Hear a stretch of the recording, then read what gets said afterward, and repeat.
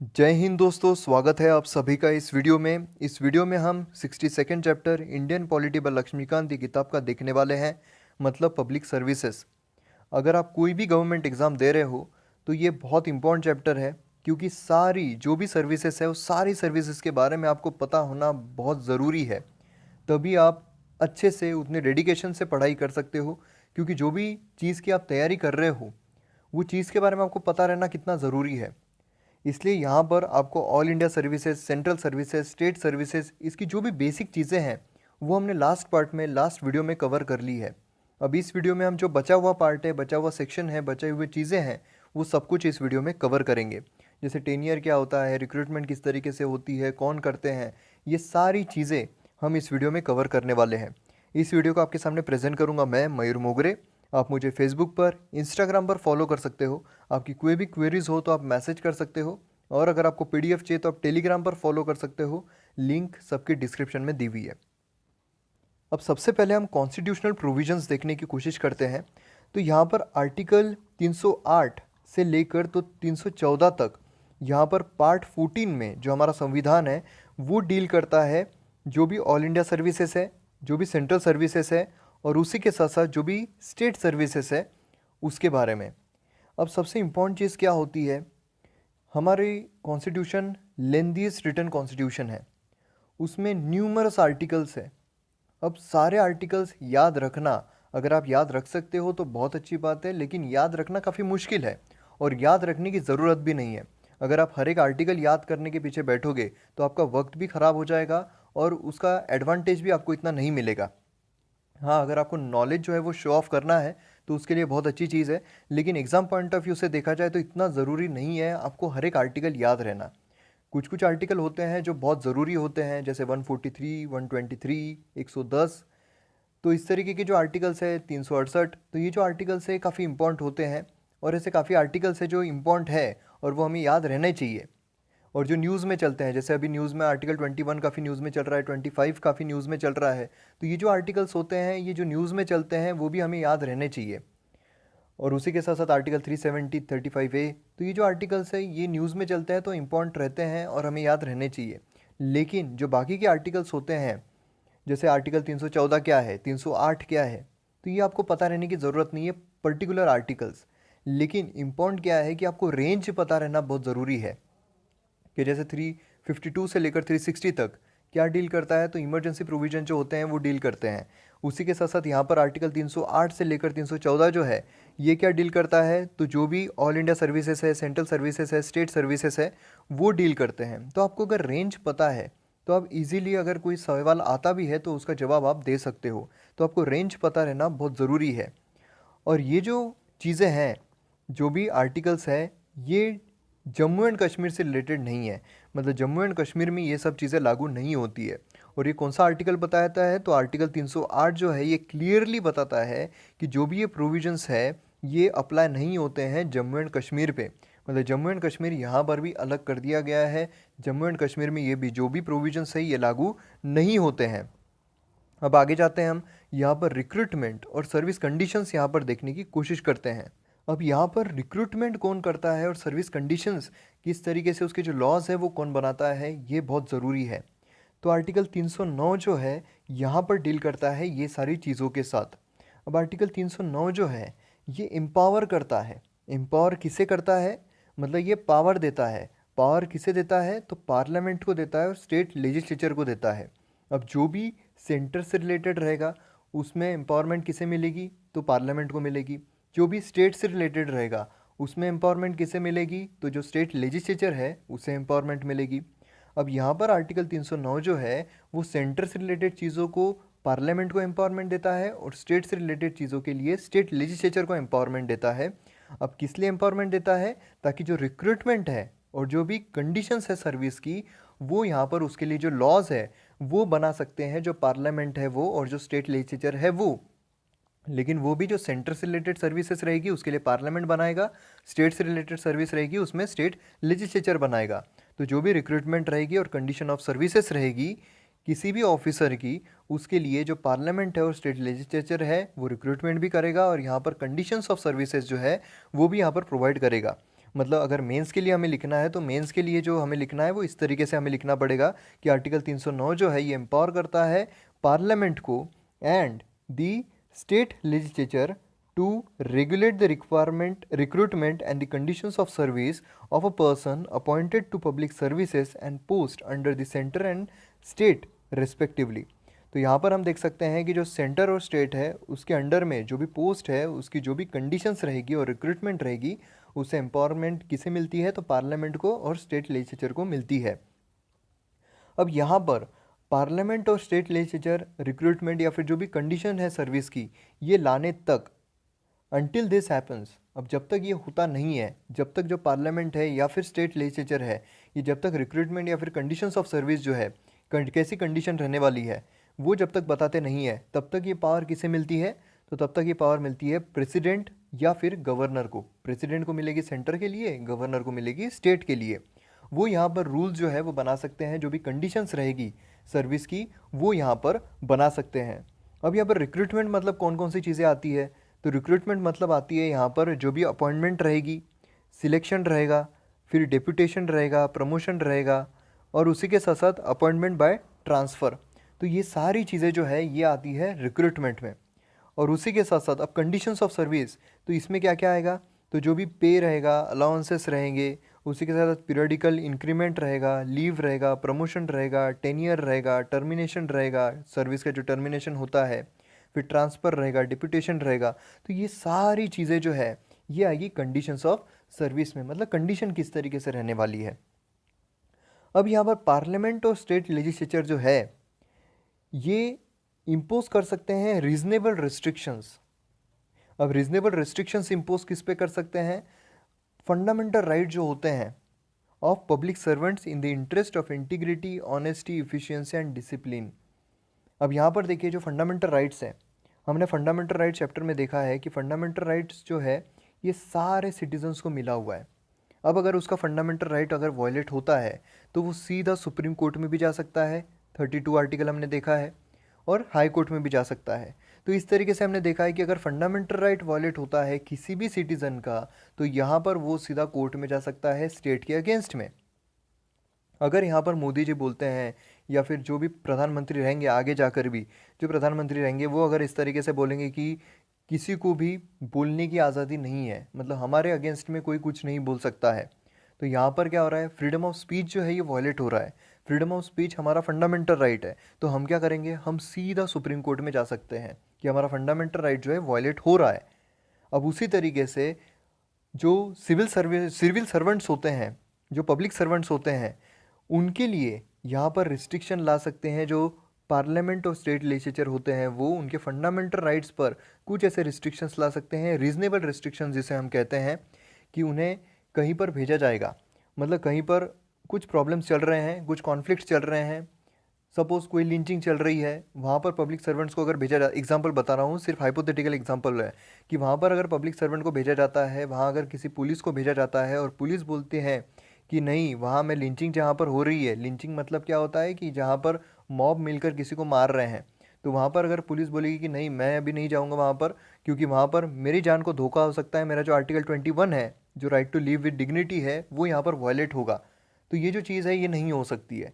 अब ये hypothetical example है, इससे आप कनेक्ट मत कीजिए, लेकिन रीजनेबल रिस्ट्रिक्शन एग्जांपल दे रहा हूँ मैं आपको कि रीजनेबल रिस्ट्रिक्शन जो है यहाँ पर जो पार्लियामेंट है या फिर स्टेट लेजिस्लेचर है वो इम्पोज कर सकते हैं पब्लिक सर्वेंट्स पर, उनके जो फंडामेंटल राइट्स है उस पर।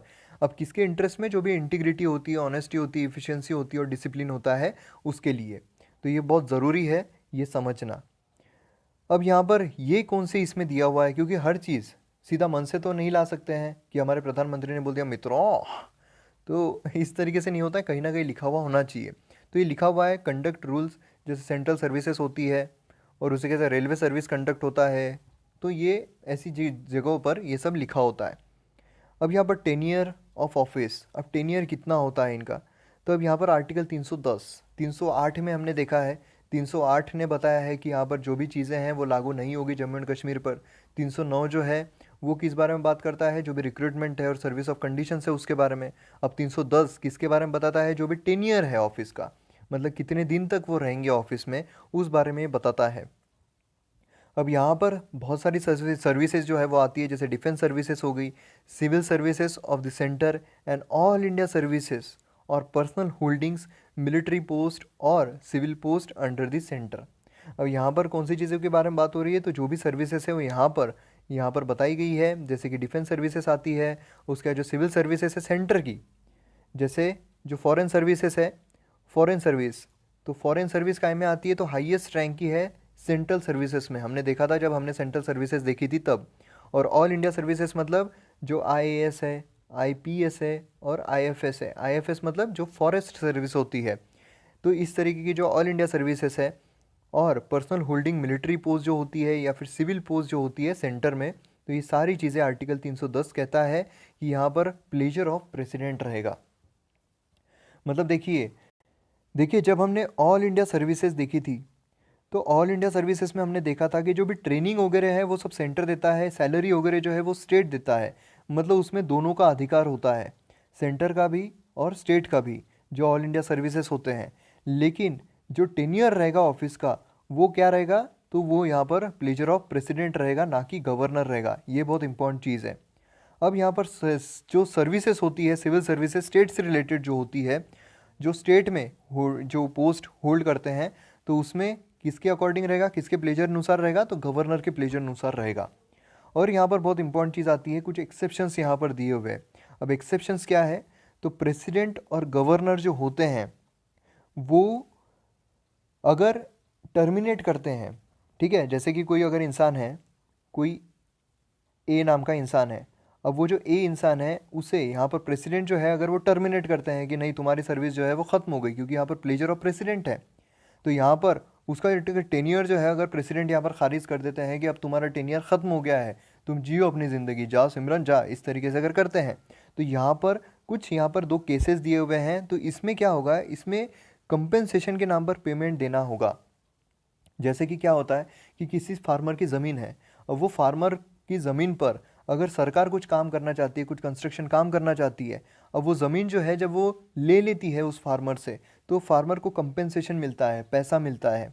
अब यहाँ पर भी जब कोई ए नाम का बंदा है, वो सिविल सर्वेंट है, और अगर प्रेसिडेंट जो है उन्हें बोलता है कि तुम्हारी सर्विस जो है यहाँ पर खारिज हो जाती है, ख़त्म हो जाती है, अब तुम अपनी ज़िंदगी जियो, तो यहाँ पर भी उन्हें कंपेंसेशन देना पड़ता है पेमेंट के इसमें। और दो केसेस में अगर वो पोस्ट एबॉलिश कर दी जाती है, वो जो एक पीरियड होता है कि ये पीरियड तक ये पोस्ट रहने वाली है, अगर वो उस पीरियड के पहले ही वो जो पोस्ट है अगर वो खारिज कर दी जाती है, ख़त्म कर दी जाती है।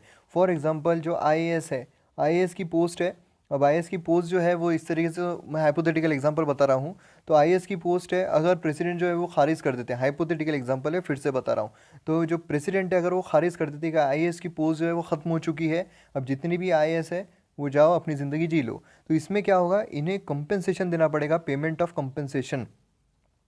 और दूसरी जो कंडीशन आती है वो ये है कि if he is required to vacate that office for reason not connected with misconduct. अब यहाँ पर कोई आईएएस ऑफिसर है, अगर वो मिसकंडक्ट नहीं होता है, मतलब उसने कोई भी गलत चीज़ नहीं की है, लेकिन फिर भी प्रेसिडेंट बोलते हैं कि जा सिमरन जा जी ले अपनी ज़िंदगी, मतलब तुम यहाँ पे अब आईएएस नहीं हो, तो उसमें भी यहाँ पर पेमेंट जो है वो देना पड़ेगा। मतलब बिना गलती के अगर उसे उस पोस्ट से निकाला जाता है, या फिर वो पोस्ट जो है वही अगर खारिज कर दी जाती है, तो यहाँ पर प्रेसिडेंट जो है उन्हें यहाँ पर कंपेंसेशन देना पड़ेगा। अब ये जो एग्जांपल बताया मैंने हाइपोथेटिकल बताया क्योंकि इजीली समझ में आते हैं जब हम बड़े एग्जांपल्स लेते हैं तब। अब यहाँ पर बहुत इंपॉर्टेंट चीज़ आती है कि जो सिविल सर्वेंट्स है उसका यहाँ पर सेफगार्ड किस तरीके से होगा, उनका यहाँ पर प्रोटेक्शन किस तरीके से होगा। तो जो सिविल सर्वेंट्स होते हैं वो डिसमिस नहीं किए जा सकते हैं या फिर रिमूव नहीं किए जा सकते हैं किसी भी ऐसे बंदे से जो कि लोअर रैंक का हो, जिन्होंने अपॉइंट किया है उससे। अब एग्जाम्पल थ्रू समझते हैं। अब आईएएस ऑफिसर है, आईएएस ऑफिसर को यहाँ पर प्रेसिडेंट ने अपॉइंट किया है। अब जो आईएएस ऑफिसर है वो डिसमिस या फिर रिमूव नहीं किया जा सकता है कोई भी ऐसे बंदे से जो प्रेसिडेंट के लोअर रैंक का हो। मतलब अगर प्रेसिडेंट का कोई हायर रैंक का बंदा है, जो कि संभव नहीं है, तो प्रेसिडेंट के कोई हायर रैंक का बंदा है तो वही यहाँ पर जो आईएएस ऑफिसर है उसे डिसमिस या फिर रिमूव कर सकता है। और दूसरी यहाँ पर केस आती है कि सिविल सर्वेंट जो होते हैं वो कैनॉट बी डिसमिस्ड और रिमूव्ड और reduced in rank except after the inquiry. अब यहाँ पर जो भी सिविल सर्वेंट्स होते हैं वो डिसमिस नहीं किए जा सकते हैं, रिमूव नहीं किए जा सकते हैं या फिर रैंक में रिड्यूस नहीं किए जा सकते हैं। जब भी उन पे इंक्वायरी होगी, जब भी अगर कोई फ्रॉड केस उन पर बनता है, तो उन्हें भी अपॉर्चुनिटी दी जाएगी कि आप भी आपके डिफेंस में कुछ बोलिए। अब आईएएस ऑफिसर है, उसके अगेंस्ट में कोई चार्जेस यहाँ पर लग जाते हैं, लेकिन यहाँ पर उन्हें डिसमिस नहीं किया जा सकता है, रिमूव नहीं किया जा सकता है, रैंक में लोअर नहीं लाया जा सकता है, जब तक ये आईएएस ऑफिसर खुद के डिफेंस में बात बोल नहीं देते। अब जब इन्हें चांस दिया जाएगा खुद के डिफेंस में बोलने का, उसके बाद इंक्वायरी की जाएगी, उसके बाद जो भी चीज़ें हैं वो की जाएगी। अब ये जो सारी चीज़ें हैं ये किन पर लागू होती है? तो जो सिविल सर्वेंट्स होते हैं सेंटर के, ऑल इंडिया सर्विसेज, जो भी सिविल सर्विसेज होते हैं स्टेट के, या फिर सिविल पोस्ट को ये होल्ड कर रहा है सेंटर में या फिर स्टेट में, उन पर ये लागू होता है।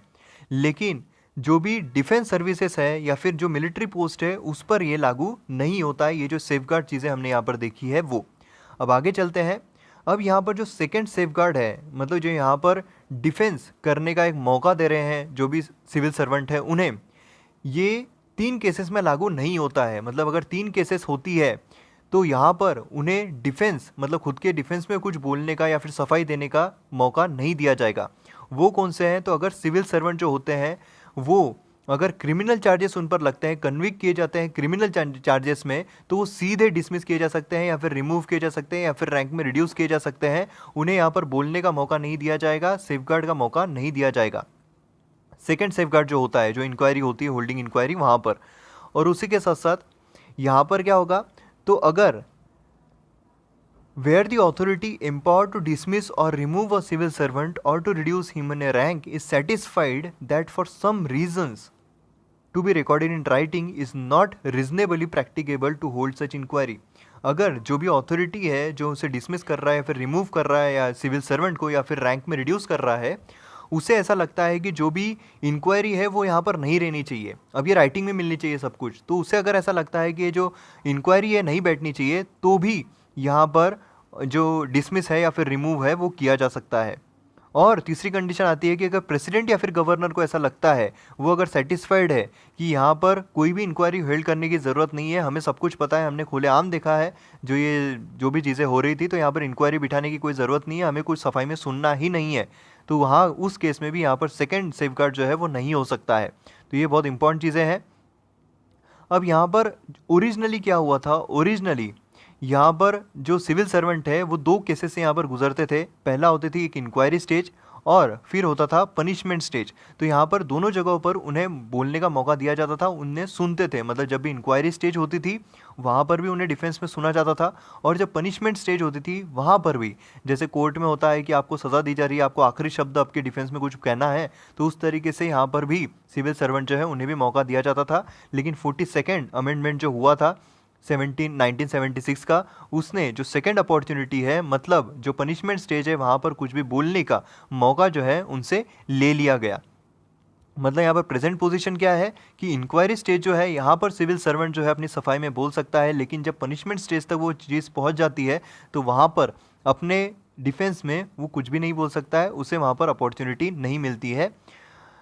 और उसके बाद यहाँ पर सुप्रीम कोर्ट जो है उन्होंने जो रीजनेबल अपॉर्चुनिटीज़ बीइंग हर्ड, मतलब यहाँ पर जो रीजनेबल अपॉर्चुनिटीज़ है सुनने की, यहाँ पर जो सिविल सर्वेंट को बोला गया है, यहाँ पर क्या क्या चीज़ें इंक्लूड की गई। अब अगर कोई भी सिविल सर्वेंट को एक गिल्टी करार दिया जाता है या फिर उस पर आरोप लगाए जाते हैं, तो जो अपॉर्चुनिटी है, अपॉर्चुनिटी उसे जो गिल्ट उस पर थोपा गया है उसे डिनाई करने का, खुद को इनोसेंट बताने का, वो बता सकता है जब उसे पता हो कि उस पर कौन कौन से चार्जेस जो है वो लेवी किए गए हैं, उसके अगेंस्ट में कौन से एलिगेशंस लगाए गए हैं। तभी वो जो ये चीज़ें हैं, ये जो चार्जेस है, उस पर बेस्ड अपनी जो उसको एक अपॉर्चुनिटी दी जा सकती है ताकि वो अपना जो डिफेंस है, अपना जो इनोसेंस है वो साबित कर पाए।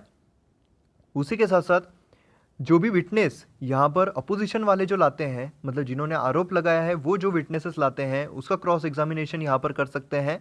और उसी के साथ साथ जो ये सपोर्ट में भी विटनेस आ रहे हैं डिफेंस में, उनका भी यहाँ पर देख सकते हैं, उनकी भी चीज़ें यहाँ पर एग्जामिन कर सकते हैं।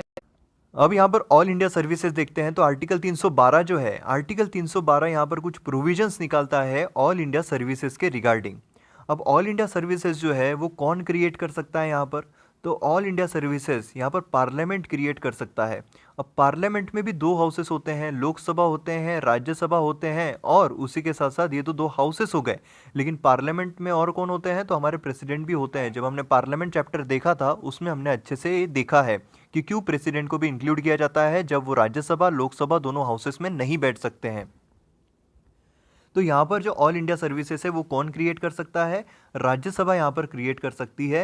राज्यसभा को अगर ऐसा लगता है कि नहीं, यहाँ पर ऑल इंडिया सर्विसेज जो है ये भारत के नेशनल इंटरेस्ट में बनाना ज़रूरी है, तब राज्यसभा यहाँ पर एक रिजोल्यूशन पास कर सकता है।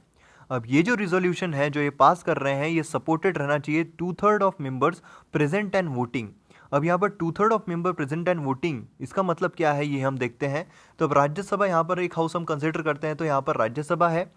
अब राज्यसभा एक हाउस हम यहाँ पर देख रहे हैं। अब यहाँ पर कितने मेंबर्स है, तो 1 2 3 4 5 6 7 8। अब यहाँ पर देखिए, यहाँ पर सलमान खान भी इस हाउस में है, धोनी भी इस हाउस में है, जो बाबूजी भी है वो भी इस हाउस में है, और जो अमिताभ साहब है वो भी इस हाउस में है। राज्यसभा में हम ऐसा कंसिडर करते हैं एग्जाम्पल के तौर पर। तो यहाँ पर टोटल प्रेजेंट कितने लोग हैं, तो 8 लोग यहाँ पर प्रेजेंट है। हम ऐसा कंसिडर करते हैं कि हाउस में आज 8 लोग प्रेजेंट है। अब इसमें से भी लेकिन बोला क्या गया है, कंडीशन क्या दी गई है यहाँ पर, यह बहुत ज़रूरी है कि 2/3 of member present and voting, मतलब सिर्फ आपको प्रेजेंट रह के कुछ होने वाला नहीं है। अब इसमें से क्या होता है, इसमें से जहाँ पर राइट टिक आपको दिख रहा है, इतने लोग वोटिंग करने के लिए तैयार है कि हाँ हम ये जो चीज़ है इस पर वोटिंग करने के लिए रेडी है। और सलमान खान और अमिताभ साहब जो है वो बोलते हैं हम इसमें वोटिंग करने वाले नहीं हैं। अब यहाँ पर हमें मिलता है कि प्रेजेंट एंड वोटिंग कितने हैं, तो जो 8 है उसमें से 2 लोगों ने वोटिंग करने से मना कर दिया, तो हमें यहाँ पर प्रेजेंट एंड वोटिंग मिलते हैं 6 लोग। अब यहाँ पर 2/3 ऑफ प्रेजेंट एंड वोटिंग जो है वो क्राइटेरिया हमें मिलेगा। तो यहाँ पर 2/3 ऑफ प्रेजेंट एंड वोटिंग मतलब 2/3 ऑफ 6, इतने लोगों ने अगर ये रिजोल्यूशन पास कर दिया तो यहाँ पर एक ऑल इंडिया सर्विस जो है फिर से बन सकती है। तो एग्जाम्पल के थ्रू हमने समझ लिया यहाँ पर। अब यहाँ पर पार्लियामेंट जो है उन्होंने ऑल इंडिया सर्विस एक्ट 1951 लाया है, जिसके ज़रिए पार्लियामेंट रेगुलेट कर सकती है जो भी रिक्रूटमेंट हो और कंडीशन ऑफ सर्विसेज हो किसी भी पर्सन की जो ऑल इंडिया सर्विस के लिए अपॉइंट किया गया है। ये हमने फर्स्ट पार्ट में भी देखा था। अब यहाँ पर services known at the commencement of the constitution, हमारी कॉन्स्टिट्यूशन का कमेंसमेंट कब हुआ, तो जनवरी 26 1950। As Indian administrative service as Indian police service are deemed to be services created by parliament under this provision. अब जब मैंने आपको फर्स्ट पार्ट, जो हमारा वीडियो का फर्स्ट पार्ट था, मतलब लास्ट वीडियो जो था, उसमें मैंने आपको जब ऑल इंडिया सर्विसेज बताई थी, उसमें मैंने आपको बताया था कि इससे पहले जो हमारा कॉन्स्टिट्यूशन है, जो हमारी आज़ादी है, आज़ादी के पहले अलग नाम था, लेकिन आज़ादी के बाद हमें अलग नाम मिला है, जो भी इंडियन पुलिस सर्विस है ये मिला है। और उसी के साथ साथ एक और ऑल इंडिया सर्विस जो है वो ऐड की गई थी बाद में, तो इंडियन फॉरेस्ट सर्विस ऐड की गई थी। तो इस तरीके से हम देख सकते हैं। अब ऑल इंडिया जुडिशियल सर्विस जो है वहाँ पर should not include any post inferior to that of district जज। अब यहाँ पर ऑल इंडिया जुडिशियल सर्विस लाने की ज़रूरत है क्या, इसे भी ऑल इंडिया सर्विस बनाने की ज़रूरत है क्या, इस पर भी काफ़ी बहस जो है वो चल रही थी। तो आपको क्या लगता है आप मुझे कमेंट सेक्शन में बताइएगा। अब यहाँ पर बहुत इंपॉर्टेंट चीज़ आती है कि जो भी ये लॉ बनाए जाएंगे, जो भी क्रिएट की जाएगी सर्विस, ये अमेंडमेंट नहीं कहलाई जाएगी आर्टिकल 368 के अंडर में। तो ये बहुत ज़रूरी है, ये प्रीलिम्स में क्वेश्चन आ सकता है कि जो भी क्रिएशन किया जाता है इस सर्विस में, ये अमेंडमेंट होता है हमारे कॉन्स्टिट्यूशन में, लेकिन ये अमेंडमेंट नहीं होता है हमारे कॉन्स्टिट्यूशन में एज़ पर आर्टिकल 368। तो ये बहुत ज़रूरी है। अब अदर प्रोविजंस भी दिए हुए हैं, जैसे आर्टिकल 312A जो है वो कहता है, मतलब ये हमारे पहले के हैं, मतलब 1950 के पहले का है। तो यहाँ पर जो भी पार्लियामेंट है वो यहाँ पर कंडीशंस जो है वो रिवोक भी कर सकती है, उसके बाद जो भी मतलब चीज़ें कंटिन्यू भी रख सकती है, जो भी कंडीशन उन्हें रखना है सर्विसेज की वो रख सकती है। जो लोग अपॉइंट किए गए थे पहले 1950 के पहले, जो लोग अपॉइंट किए गए थे मतलब ब्रिटिशर्स के द्वारा, उनके लिए जो भी कंडीशंस रखनी है वो यहाँ पर पार्लियामेंट जो है वो रख सकता है। अब 313 जो है वो डील करता है जो भी ट्रांजिशनल प्रोविजंस रहेंगे, और उसी के साथ यहाँ पर जो भी लॉज है, all the laws in force before 1950 and applicable to any public service would continue. तो यहाँ पर आर्टिकल 313 ये कहता है कि जो भी ट्रांजिशनल प्रोविजंस है वो यहाँ पर रहेंगे, और जो भी लॉ है वो फोर्स में रहेंगे, जो भी पहले थे मतलब 1950 के पहले जो भी थे वो यहाँ पर कंटिन्यू रहेंगे। और आर्टिकल 314 जो है which made provisions for protection of existing officers of certain services were repealed by 28th amendment। जो भी existing officers थे उनके लिए जो भी प्रोविजंस यहाँ पर बनाए गए थे प्रोटेक्शन के लिए, तो ये सारे रिपेल्ड कर दिए गए 28th अमेंडमेंट 1972 के द्वारा। तो ये सारे जो है अदर प्रोविजंस है, अदर प्रोविजंस इतनी इंपॉर्टेंट नहीं है, जो पहले की चीज़ें हैं वो काफ़ी इंपॉर्टेंट है। तो जो भी चीज़ें हैं सब कुछ हमने कवर कर ली है इस वीडियो में। अगर आपको वीडियो पसंद आया तो शेयर ज़रूर कीजिए, सब्सक्राइब कीजिए चैनल को। मिलते हैं अगले वीडियो में। जय हिंद।